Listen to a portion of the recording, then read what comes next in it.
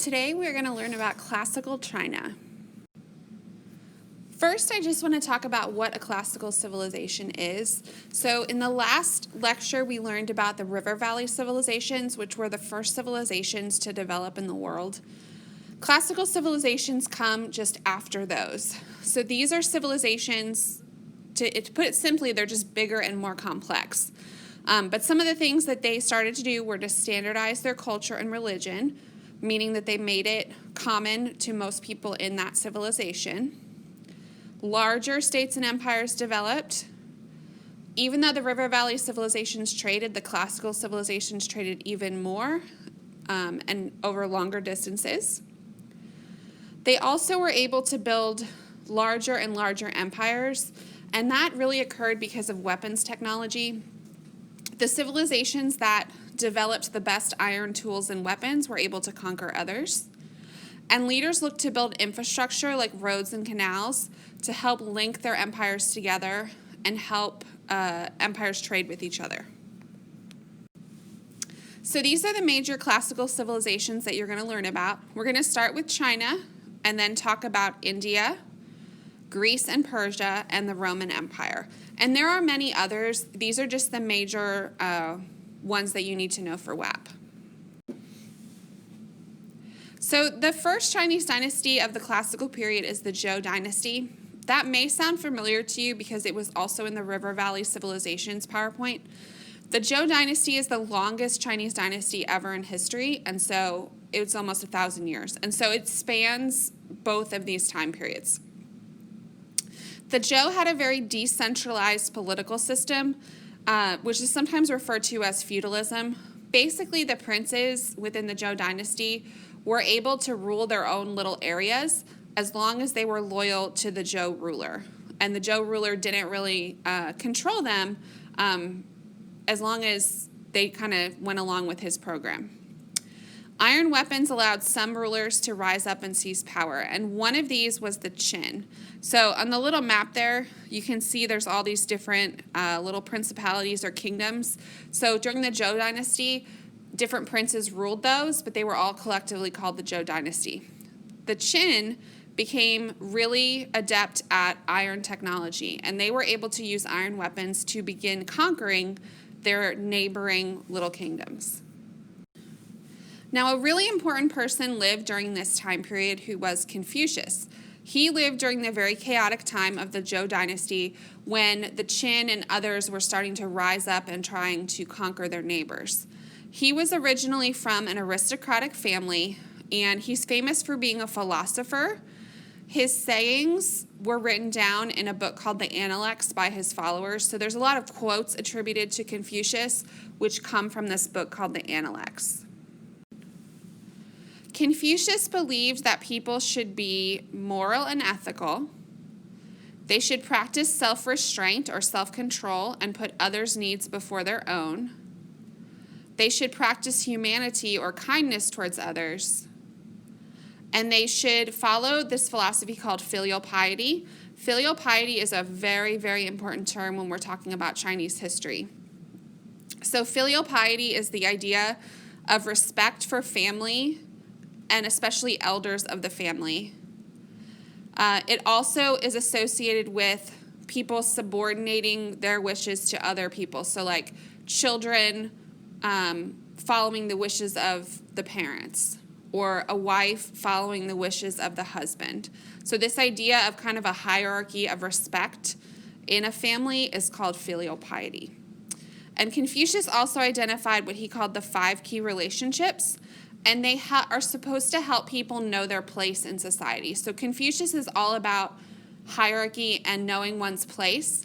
And he didn't believe this just because, he wanted everything to be really strict. He lived in a very chaotic time, and he thought if people know their place, our society will be very organized and orderly, and we won't have as many problems. So he thought this would produce a really good society. So these just identify who's supposed to obey who. So like the subject is supposed to obey the ruler. The son is supposed to obey the father. Younger brother should obey the older brother. Wife should obey the husband. Younger friend should obey older friend. So what's the point? Confucius thought following this lifestyle would restore order and harmony to society. So Confucius is directly a result of the time period that he was living in. He lived in this time period of great warfare in China, where China really lacked a strong central government. And as a result of that, he developed this philosophy that he thought would bring those things back. So he thought structure and order were really necessary to be able to restore China to what he wanted it to be. There's another philosophy that emerged during this time as well called Taoism. Taoism also is from the Zhou dynasty, and it's based around harmony with nature and living in harmony with the Tao. Sometimes you see Taoism spelled with a T, Taoism, it's the same exact thing. And the Tao or the Tao, they believe, is a universal force that underlies everything natural in the world. So if you can kind of find that force and get yourself in harmony with it, Taoists believe things will go very well for you. Taoism is also associated with passive living, and that can be hard to explain, but I would say that taking an action or speaking out, according to a Taoist, might not always be the right thing. So nature, for example, would not, make a big scene or draw attention to itself, and so we as humans should follow that example of nature. Or a Taoist might say, sometimes the best response is silence, or something like that. So this idea of passive living is important to Taoism. And Taoism was seen as an alternative to Confucianism. It doesn't have necessarily a central founder, but Lao Tzu, who you see here in the statue, was one of the important early practitioners of Taoism. And the yin and the yang is a symbol often associated with Taoism because it represents balance, which is really important in a Taoist life. So Confucianism became a really important part of political philosophy in many dynasties because Confucianism is all about order and hierarchy. But Taoism was a private pursuit and did not present any political threat. And so you could be a Confucianist and a Taoist at the same time. Taoism is something personal. And I think that really makes sense if you think about it, because Taoism, if we're going to live in harmony with nature, that's really a personal thing that you feel inside. That's not like a social structure or a government structure or anything like that. Taoism especially appealed to the peasants, probably because of their connection to nature. So the peasants were farmers, and so they felt this deeper connection to nature. But Taoism was blended with so many other aspects of Chinese culture that even if you didn't say, oh, I'm a Taoist, a lot of it influenced how Chinese people viewed the world. So some good examples. Medicine was aimed to create ways to restore balance in a sick person. So this idea that if you have some kind of ailment, it's because something is unbalanced in your body. And so you may hear about Eastern medicine or traditional Chinese medicine. Things like acupuncture or the use of herbs are thought to restore balance to your body, and that goes along with the idea of Taoism. Poets wrote about nature. Architects tried to integrate buildings into nature, so a lot of their buildings are built to complement nature rather than to really stand out against the landscape. This slide I made several years ago when it was during the Summer Olympics, or we had started school right after the Summer Olympics, but I keep it in here because I think it's still pretty interesting. During that Olympics, there were a lot of athletes, like Michael Phelps pictured here, who had these big red dots on them. This is another example of the idea of Taoist medicine continuing into today's world. So this is from cupping, which is an ancient Taoist technique that uses suction on different parts of the body. And a lot of athletes like Michael Phelps said that he felt it helped him recover quicker after a race, like it helped restore his muscles. In classical China, cupping was used for all different ailments, but again, all these Taoist medicinal techniques are aiming to restore balance to the body, which is what Taoism is all about. So a few minutes ago, I talked about how the Qin rose up and started conquering their neighbors. They eventually formed the first empire of China, which is called the Qin Empire. This guy, Qin Shi Huangdi, was the ruler of the Qin. He was like the military general who seized power. and he created a new empire. He encouraged agriculture, which resulted in a strong economy. Again, he built up a really powerful military through the use of iron weapons, and he established the first real centralized rule in China, which is based on legalism, which I'll talk about in a moment. And so he's considered the first emperor of China because even though the Zhou dynasty existed, it was very decentralized, and he's the first person to really unite China under one empire.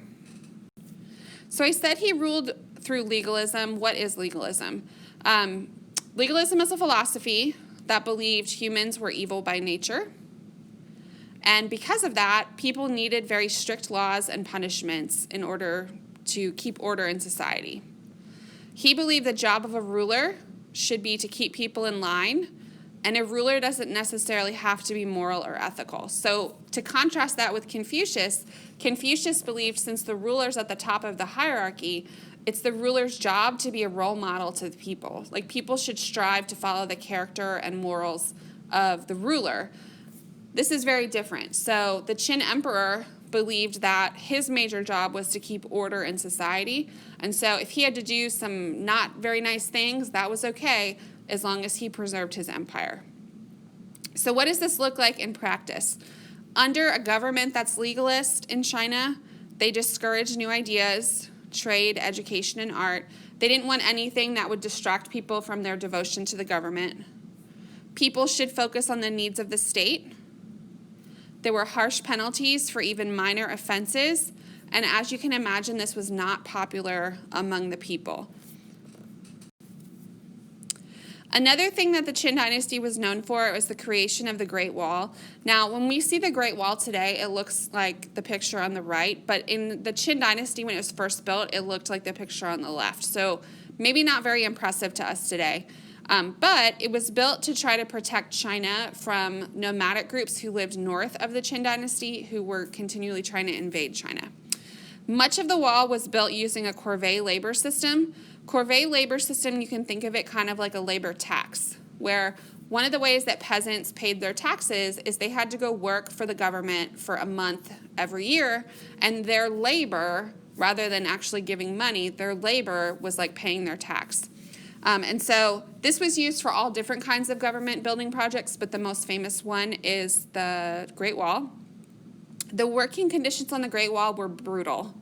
And you can see about 700,000 people probably worked on the project, and 100,000 died because of the terrible conditions. So this made the Qin dynasty even more unpopular among the people. Because they followed legalism, the Qin dynasty was also very opposed to any kind of other philosophy or education, and so they especially persecuted Confucian scholars. This is an illustration showing the Confucian scholars being thrown into a pit and buried alive, and they burned a lot of Confucian books and other books. Again, under a legalist system, they didn't want anything to distract people or give them new ideas that might take away from their devotion to the emperor.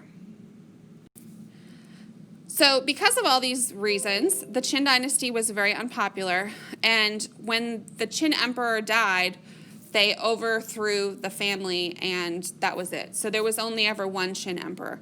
This is actually, I said at the beginning that the Zhou was the longest Chinese dynasty ever. The Qin was the shortest Chinese dynasty ever because of their brutal rule. Another thing I like to mention that's just kind of interesting are the terracotta soldiers. I don't know if anyone has seen these before, but this is a huge terracotta army that was built by the Qin emperor for his tomb. So as part of their religious beliefs in China at the time, they believed you have to take things with you that you're going to need in the afterlife. And so he had this whole military built out of clay and buried with him to take with him. And they found all kinds of other things in there too, chariots and all kinds of things you need for warfare. And it was actually buried and then not rediscovered until the 1970s. One of the things that's kind of interesting is that they're all unique figures. So if you take a minute and look at them, they all have slightly different faces and hairstyles and armor. And people who have studied them have identified that they represent people coming from different regions of China based on their physical characteristics. So it's just another way to think about the power of this emperor, that he could commission something like this to be built. The next dynasty that's considered kind of the golden age or the height of classical China is the Han Dynasty. The Han Dynasty continued to be a centralized government in China. They expanded even further. So if you look on the map, they're bigger than the Qin Dynasty was, and that's through military conquest. They established extensive trade with India and the Roman Empire. And in general, the Han Dynasty is considered a period of lots of peace and prosperity. One of the things that is so important from this lecture that you're going to carry through almost the whole year is how the Chinese government worked. This is going to be a very important concept in this class. The Chinese developed under the Han a very large and efficient bureaucracy based on Confucian principles. And remember, a bureaucracy is just all the people who work in the government. They're not the ruler, but they're everybody else who really carries out the work of the government. And in China, this was based on Confucian principles like the idea of a strict hierarchy and the idea of the ruler as a moral role model. To train the people that would be in the bureaucracy in China, Emperor Wudi established an imperial university, and he set up what are called civil service exams to choose the bureaucrats. So civil service exam is when you take a test, and then based on the results of that test, you get a job in the government. Civil service exams still exist today in the United States for some different jobs in the government, and that originated in China. The civil service exam to work in the Chinese government was based on the works of Confucius. So if you wanted to take this, you would have to go study like all the sayings of Confucius and the things written about him, and then take this very extensive exam, and if you did well enough, you could become a bureaucrat.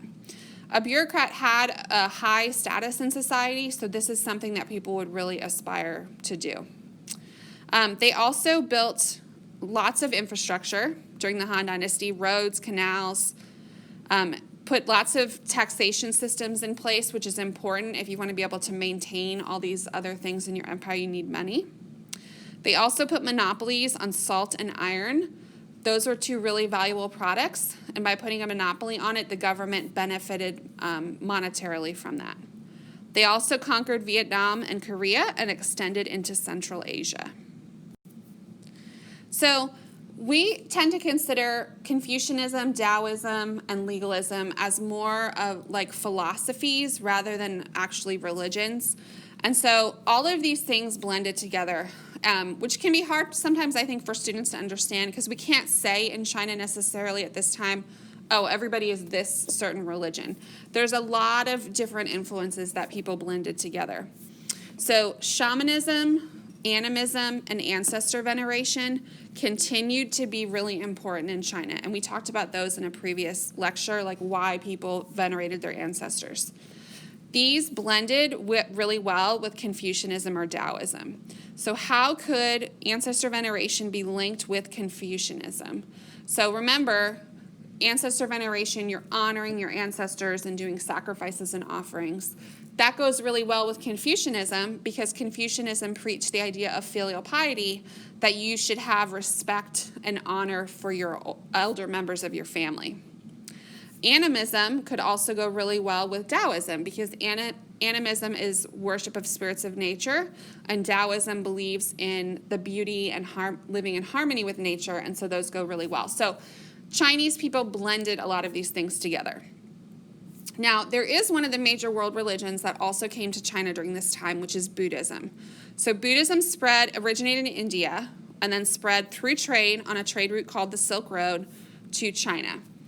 A new branch of Buddhism developed in China called Mahayana Buddhism. Now, you're going to learn when we talk about India about Buddhism, but the original form of Buddhism in India, Buddha did not ever proclaim to be a god. In China, Buddha became a divine figure or was worshipped as a god. Buddhism also adapted to Chinese culture by creating a hierarchy of officials. So remember, China was under this whole idea of Confucian hierarchy that was really important, and so Buddhism adapted to that. Buddhist art and architecture also spread to China, so there's a lot of cultural diffusion. And Buddhism originally emphasized the equality of everyone, including women. That conflicted with the existing Confucian ideas in China because Confucianism taught that women were supposed to be subservient to men. And so Buddhism in China kind of adapted itself to keep with the Chinese patriarchal ideas about men and women. The importance of family and extended family links continued to be a continuity in China under the Han Dynasty. Women held a subordinate place in society, so we can call China patriarchal. We're going to learn about Banzhao coming up, so don't worry about that yet. She's a famous woman from China. And then remember filial piety, which was respect for elders, and especially the male head of household was a really important idea. A unique social class in China were the scholar bureaucrats, also called the scholar gentry. These are those people who were specially trained in the ideas of Confucius and had taken those very extensive civil service exams to get their positions. So because of that, they had a high social status in China. Another social class that's unique in China is merchants. Normally, in most societies, I think we would think of merchants as being kind of in the middle of the social structure, like they're pretty prosperous. Merchants in China were held in low esteem. And so they were near the bottom of the social structure. Now, merchants still tended to be wealthier than, say, peasants, but their job was just viewed as kind of a sleazy profession, or not something that you would really, it's not very honorable. The reason for that is because they viewed merchants as not actually producing anything. So they don't actually make stuff. They make money by selling things that other people have made. And so that was just not considered a very honorable profession within China. During the Han Dynasty, China had a huge increase in population. Some important innovations: iron weapons and tools. They also made an improved iron plow. The government put monopolies on iron and salt to control those really important industries, and a monopoly means that they're the only ones that can sell that product. One of the most important exports of China were high-quality silk textiles. Silk was something that was a closely guarded secret how it was made, that at the time only people in China knew how to do that, how to extract the silk. Silk actually comes from the cocoons of silkworms. I don't know if you know that. But how to extract that and make it into fabric was something that was a closely guarded secret in China. But other cultures like the Roman Empire thought that silk was just like amazing, and it became all the rage to have silk clothing. Like you were really prestigious and wealthy if you could afford that. So it became a major export of China. Paper was also invented in the Han Dynasty. They also developed a really accurate calendar. And the Silk Road, which I'll show you in a moment, became a major trade route connecting China to India and the Roman Empire. So the Silk Road was a series of roads that connected China, India, and Europe. So we call it the Silk Road, but it's not actually one road.